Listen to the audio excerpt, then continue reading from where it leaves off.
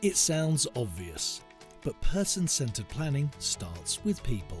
So Big Plan is a person-centred planning philosophy and methodology.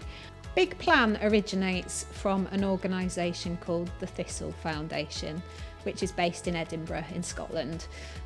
Originally, Big Plan was developed as an approach for working with young people in schools and colleges who were preparing for adulthood and wanted to think about their plans for the future, both for how they want to live, how they want to be supported, and aspirations for their career or what they wanted to learn about next.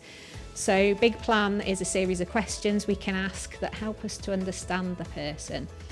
It's not about what's achievable, it's not about what is realistic, it's about what is making the person tick, what is the essence of the person. So we start there, we ask big questions that help people to expand their thinking and to use their creativity to come up with ideas. And then we use that as a basis for setting actions and creating action plans for the person. And part of the philosophy of the Big Plan approach is about how you create the welcome. So before we even think about the activities or the questions that we ask for the day, first of all we think about the venue, the location, how are we going to set the room up, how are we going to welcome people, what are we going to do to create a good atmosphere. Are we going to have music playing? What kind of food are we going to serve? What are the refreshments going to be like? And from there, we think about the people who will be attending on the day and what kinds of things will help to make the session work for them. What's important is that people are aware that this is their day. And if they've had enough and don't want to continue, they're free to get up and leave whenever they want. That's absolutely fine. It's their plan, and we can still work with the information that we've gathered. Many of the people we support, we need to think about their communication method. Do they need, for example, visual communication formats that will help to support their understanding and support them with choice making? So some people may bring photographs with them, for example, or symbols that they use in their home to help with the dialogue. The conversation is very relaxed. We encourage staff who know the person well to be sitting with them, and where possible we invite family members or advocates who know the person well to come and be part of the conversation as well. So if you're planning for somebody you support to come to a Big Plan session, think about their communication needs and prepare for that in advance. We share information ahead of time in easy read format so that the people we support have an opportunity to understand what's going to happen on the day. And you may also be watching a video about that as well. Have conversations, allow the people you support to ask questions about it so that when they actually arrive for the session on the day, they have an opportunity to prepare themselves for what they want to talk about.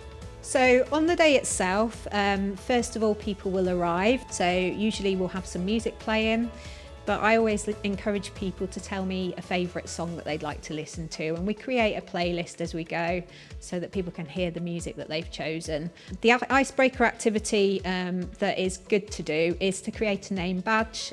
We'll all be talking to one another around the room in the day, and for the person facilitating the session at the front of the room, it's good if they've got everyone's names available so that they can address people by their first name. And then we settle into the space. So the room is typically set up cafe style in a horseshoe shape, facing the front of the room where the slideshow presentation will be displayed. And the facilitator is usually at the front with the slideshow.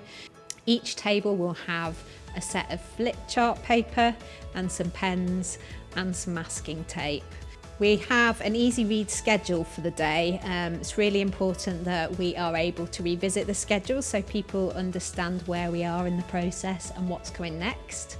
We'll run through a process where we follow the facilitated questions. In our version at Affinity Trust, we ask 6 simple questions which help us to understand the essence of the person.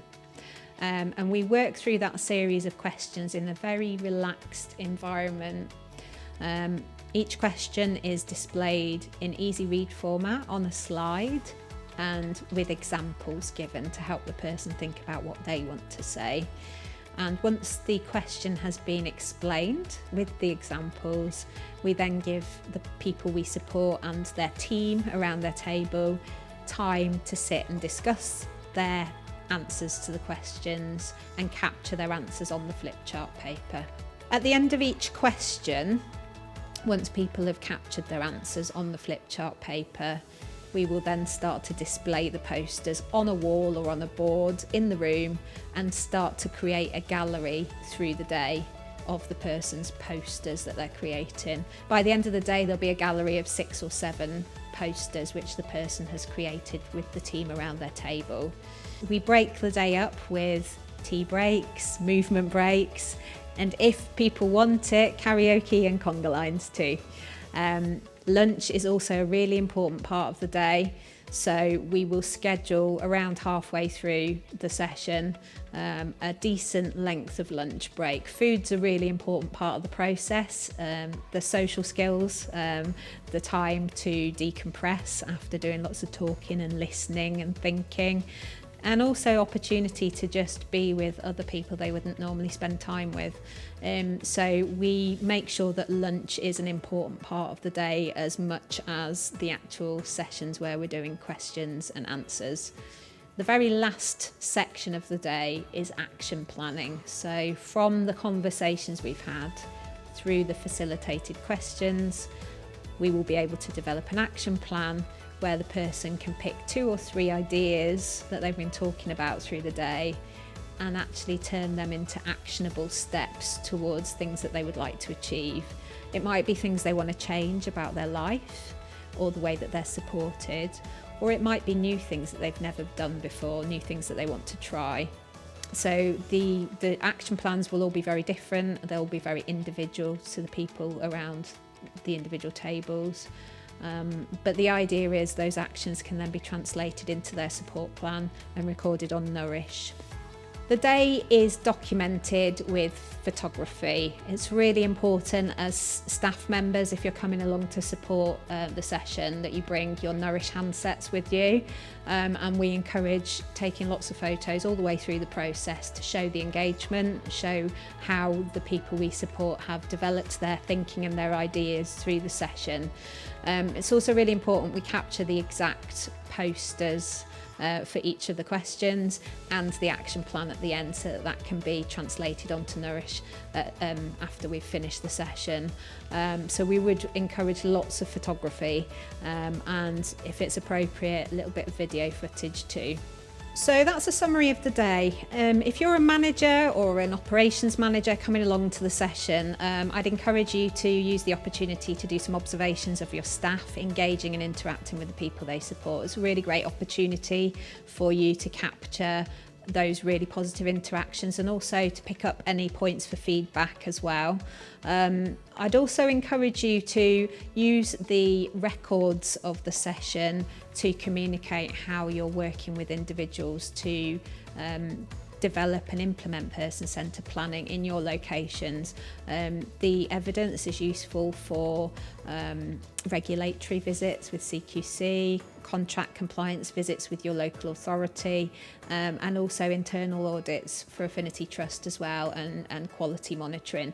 So please do use the opportunity to capture that evidence to demonstrate how you are doing these things in your local area. And I just want to say that this is a really important part of who we are as Affinity Trust. It plays to our values, and it should be our business as usual. So as we start to develop and implement this across the organisation, we hope to see this embedded in all of the places where we offer support across the UK. Affinity Trust. Together, we make it possible.